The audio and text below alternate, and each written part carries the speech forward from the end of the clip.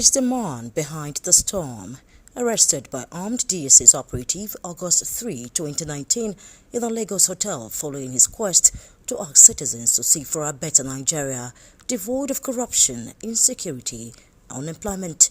It was tagged #Revolution Now. Hoping that I will run away.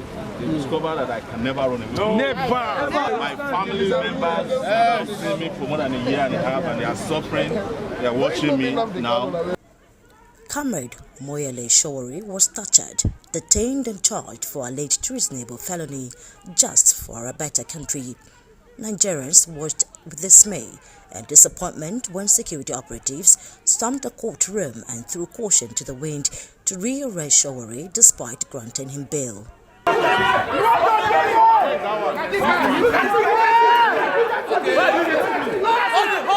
To grab me, there was a melee, and we went back into the courtroom, and it was the craziest thing I've ever witnessed, because I saw the judge fleeing. I had even heard that she left one of her shoes in the courtroom. It was the worst form of experience anybody can have, and the worst violation of our courts in history. Nobody in the history of Nigeria has ever been abducted in a courtroom before. I was the first. But they got away with it. Despite all the torture and pain, the man of the people wouldn't give up the struggle until liberation comes the way of innocent citizens who he said has been governed by bad leadership, even if it means giving his life. I am not going to give up. Yes. Until every Nigerian benefits from a country that is theirs. And I've made it very clear. They tried to break me in prison. They sent delegations to me, offering all kinds of, and I refused. And they promised that I would not walk out of their detention alive. For the first time in the history of Nigeria, youth across the country staged a peaceful protest to the headquarters of the Department of State Services to demand the release of the popular revolution leader. They are questioning the rationale behind his detention after meeting his bail condition. Like the popular saying, the fear of security operatives in Nigeria is the beginning of wisdom.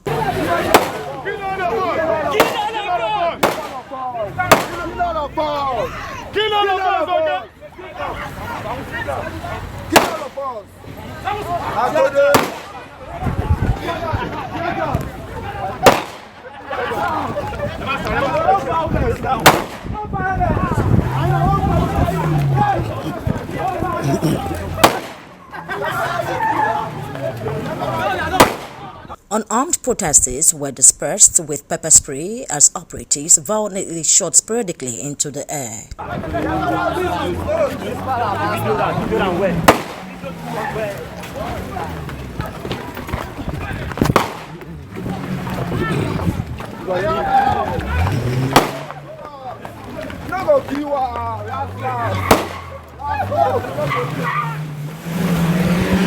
This ugly gesture was condemned by local and international community with pressure on the Nigerian government to release the activist, which led to his release eventually but restricted to the city center.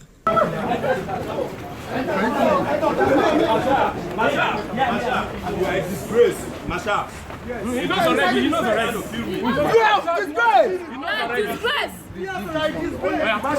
Let everybody stay back. Let everybody stay back inside the court. Go back inside the court. Don't go outside. Come back inside the court. Others saw it coming. Again, he was rearrested by armed policemen on the eve of New Year with his supporters at the Good Junction FCT while organizing a candlelight procession to welcome the New Year. Sowore was detained again at the former office of the defunct Special Anti-Robbery Squad and charged for criminal conspiracy, unlawful assembly, and incited public disturbance. He was denied bail and remanded at Kuje prison with his colleagues and handcuffed to court like a criminal. We knew that they were going to try to do more harm and humiliation. So I didn't feel any different, It wasn't only that. After we entered the prison truck, which is known as Black Maria, the driver of the truck intentionally would bump into potholes because we were chained inside the Black Maria. If an accident happened, we had no means of escaping alive. So it is for them a way of trying to break our spirits and showing to the rest of the world that, you know, Nigeria is what it is. A place that has no respect for the dignity of man. But everybody's in chains in Nigeria, both the visible and the invisible chains. So the fact that they have not put handcuffs on you doesn't mean that you are a free person. Despite all the humiliation, the human rights activist says he remains resolute in his quest to see a better Nigeria with citizens free to express themselves. So until that struggle is way to the point that every freeborn lives freely, everybody remains in chains. Without his knowledge, top government officials moved to file suits against the human rights activists, but this did not deter his struggle for the oppressed. The die-hard activists resolved to go around the court in search of the case files. I saw that today there are nothing less than 10 cases that Mr. Sowore is battling with, from court to court and in different courts all over Abuja. Most of those charges, you know, them are trumped up. I mean, a man that was arrested on the 3rd of August 2019 before the holding of the revolutionary protest of 2019. Abubakar Marshal is his lawyer who is holding brief for the senior advocate of Nigeria and human rights lawyer Femi Falana. This is what he has to say. This government is just out to show what it always stood for. This government is a government of nepotism, a government that's so interested in perpetuating itself in power, no matter what happens. This government has constantly shown that they have no respect for the rule of law. They are not interested in social justice, and then the purpose of which Nigerian state has voted them into power, the promise of change is just a mirage. Sowore is the voice of the voiceless, the most vociferous and the most consistent voice that have consistently demanded for a just and better society. He's the man that has sacrificed everything he has, and that is willing and ready to sacrifice everything he has for the interest of the common man. He has consistently shown that he does not care about his personal comfort, neither does he care about himself and even his life.